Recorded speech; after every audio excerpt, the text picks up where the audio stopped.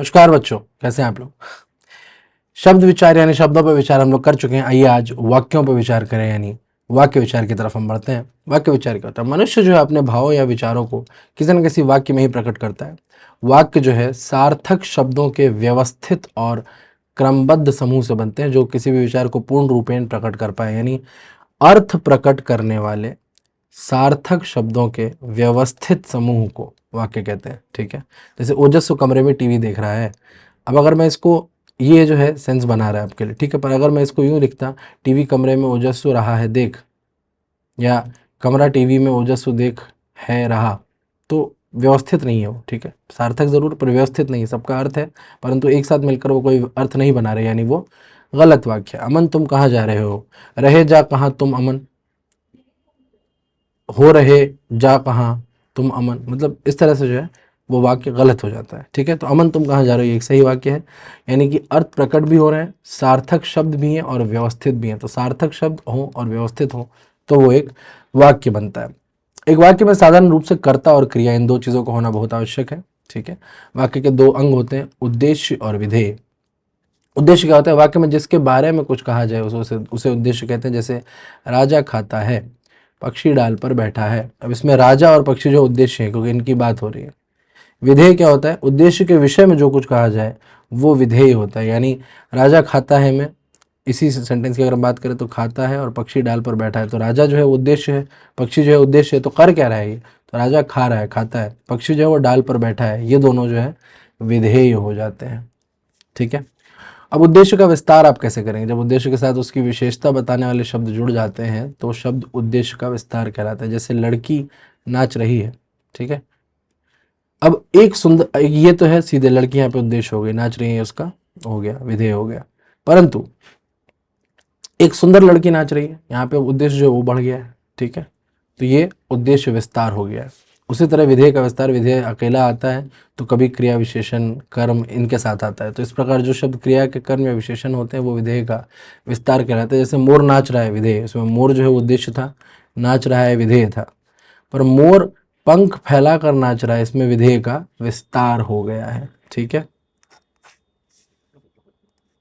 दूसरा वाक्य के भेद। वाक्य के दो भेद होते हैं, रचना के आधार पर और अर्थ के आधार पर। रचना के आधार पर वाक्य के भेद कैसे होते हैं? रचना के आधार पर तीन भेद कर सकते हैं आप, सरल वाक्य, संयुक्त वाक्य और मिश्र वाक्य, मिश्रित वाक्य। सरल वाक्य क्या होता है? जिस वाक्य में एक उद्देश्य और एक विधेय, उसे सरल वाक्य कहते हैं। अंशु पढ़ रही है, पिताजी अखबार पढ़ रहे हैं। ठीक है, सिंपल है। इसमें अंशु और पिताजी जो है निम्नलिखित तौर पर उद्देश्य है, और पढ़ रही है और अखबार पढ़ रहे हैं विधेय है। परंतु संयुक्त वाक्य में ऐसा नहीं होता। संयुक्त वाक्य में क्या होता है? दो या दो से अधिक स्वतंत्र वाक्य समुच्चय बोधक शब्द से जुड़े रहते हैं तो वो संयुक्त वाक्य कहलाते हैं। जैसे नेहा गा रही है और अंशु नाच रही है। अब देखिए, अब इसमें जो दो सरल वाक्य हैं, नेहा गा रही है, अंशु नाच रही है, ये दोनों सरल वाक्य हैं, सिंपल सेंटेंसेस हैं। इनको और से जोड़ा गया है। ठीक है, और समुच्चय बोधक हटा देने पर ये स्वतंत्र वाक्य बन जाता है। अगर इनको अलग करें, नेहा गा रही है, अंशु नाच रही है, इसको अगर हम जोड़ दें तो ये और लगाकर हम जोड़ दें, नेहा गा रही है और अंशु नाच रही है, और इस तरह से एक संयुक्त वाक्य जो है रचना होती है। तीसरा होता है मिश्र वाक्य। मिश्र वाक्य क्या होता है? जिस वाक्य में एक प्रधान वाक्य होता है और अन्य वाक्य उस पर आश्रित या गौण होते हैं, उसे मिश्रित वाक्य कहते हैं। जो कल घर आया था वो बाहर खड़ा है, कोमल विद्यालय नहीं जा सकी क्योंकि वह बीमार है। अब इसमें देखिए, जो कल घर आया था और कोमल विद्यालय नहीं जा सकी, ये प्रधान उपवाक्य है क्योंकि बात तो ये हो रही है। ठीक है, और वह बाहर खड़ा है और क्योंकि वह बीमार है, ये आश्रित उपवाक्य है। इनके बेसिस पे ही आप ये बता सकते हैं, इनके बेसिस पे ही आप ये बता सकते हैं। ठीक है, तो जहाँ पर कोई ना कोई ऐसा सेक्शन आ जाए, एक वाक्य प्रधान हो और दूसरा वाक्य उस पर आश्रित हो, वो मिश्रित वाक्य कहलाता है।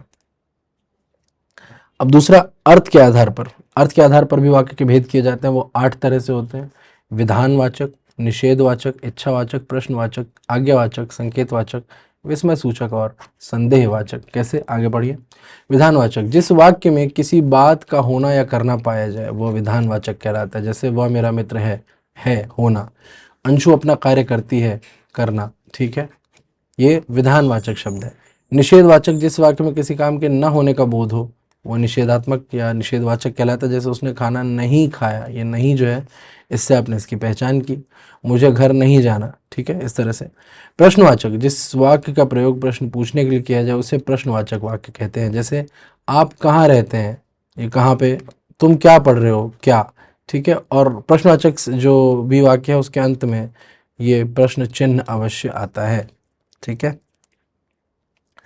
आज्ञावाचक वाक्य, जिस वाक्य से आज्ञा तथा उपदेश का बोध होता है वह आज्ञावाचक वाक्य कहलाता है। जैसे तुम यहाँ से चले जाओ, आज्ञा। अपना कमरा साफ करो, आज्ञा, ठीक है। तो जहाँ से आपको सीधे सीधे पता चल जाए कि आज्ञा दी जा रही है, ऑर्डर दिया जा रहा है, वो आज्ञावाचक वाक्य हैं।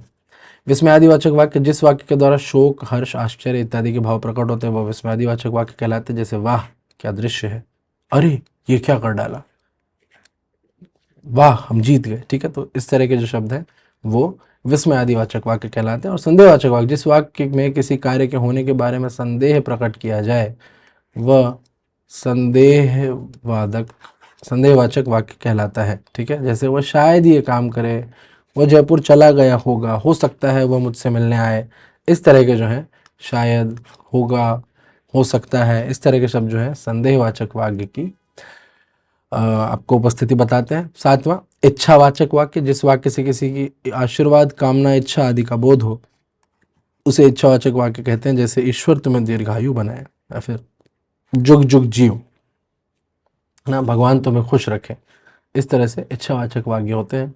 और आठवां, संकेतवाचक वाक्य, जिस वाक्य में संकेत या शर्त हो उसे संकेतवाचक वाक्य कहते हैं। जैसे यदि वर्षा होती तो फसल अच्छी होती, वर्षा हुई तो गर्मी कम हो जाएगी, यानी किसी और चीज़ की बात हो रही है और कोई ना कोई कंडीशन यहाँ पे लग रही है, तो वो संकेतवाचक वाक्य होता है, ठीक है। तो ये तो दोस्तों वाक्य विचार, इसमें हमने देखा कि अर्थ प्रकट करने वाले सार्थक शब्दों के समूह को वाक्य कहते हैं। वाक्य के दो अंग होते हैं, उद्देश्य और विधेय। जिसके बारे में कुछ कहा जाए वो उद्देश्य होता है, और उद्देश्य के विषय में जो कुछ भी कहा जाए वो विधेय होता है। उद्देश्य का विस्तार बढ़ जाता है जब उसकी विशेषता बताने वाले शब्द उसके साथ जुड़े, उसी तरह विधेय का भी विस्तार हो जाता है जब क्रिया के कर्म या विशेषण जब इसके साथ आए तो उसका भी विस्तार हो जाता है। वाक्य के भेद, दो तरह के भेद होते हैं, रचना और अर्थ के आधार पर। रचना के आधार पर वाक्य के तीन भेद होते हैं, सरल वाक्य, संयुक्त वाक्य और मिश्र वाक्य। और दूसरी तरफ अर्थ के आधार पर वाक्य के 8 भेद होते हैं, विधानवाचक, निषेधवाचक, इच्छावाचक, प्रश्नवाचक, आज्ञावाचक, संकेतवाचक, विस्मय सूचक और संदेहवाचक। तो यह था दोस्तों वाक्य पर विचार।